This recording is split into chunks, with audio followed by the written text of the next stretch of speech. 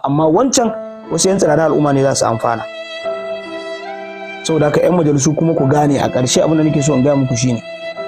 an dai zaɓe ku ne shekara 4 za ku yi, bayan shekara 4 za ku ƙara dawa hannun al'umman nan da kuka gaza kare muradin su ku ƙara neman ƙuri'an su. So idan ba ku musu wani aiki ba,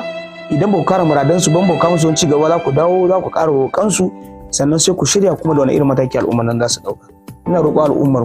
mu haɗa kai mu kuma gane cewa mu ne muke da yancin mu tura shugaba ya wakilcin, mu ne muke da yancin mu dawo da shi gida. To mu yi amfani da hannayen nan namu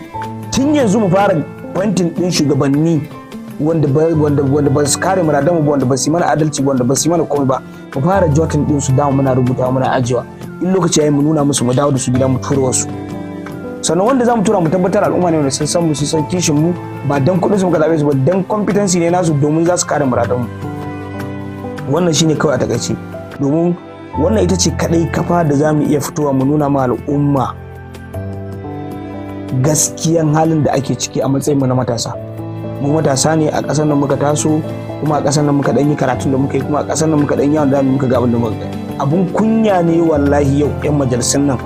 abun kunya ne a ce ba ku iya kare muradan ku ba, shigan ku majalisa ta farko tsananin rayuwar da ake ciki kun fara kare muradan kanku. Saboda kai ina roƙon talakawa kowa ya bude idanun shi, mu dai zamu ci gaba da zakulo abubuwan da talaka ya kamata ya sani game da shugabannin, sannan waɗannan shugabanni ya kamata ka zaɓa tun daga yanzu har zuwa lokacin zaɓen, ba za mu fasa ba, za mu ta gaya ma al'umma. Shugabannin kuma wanda ya gyara dan kansa zai dawo, za mu haɗu da shi, wanda bai gyara ba kuma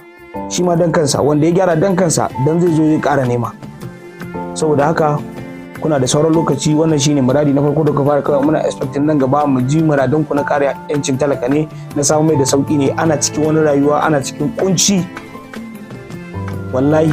wani abun ka gani sai ya saka kuka. Wallahi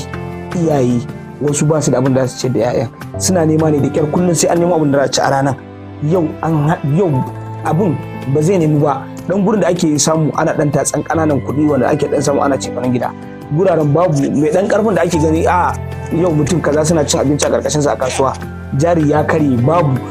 na sama da shi ma jarin ya kare, duk an haɗu ya kwance uwa kwance. Sannan yan majalisun nan ba matan mu suke ba, dukan su suke.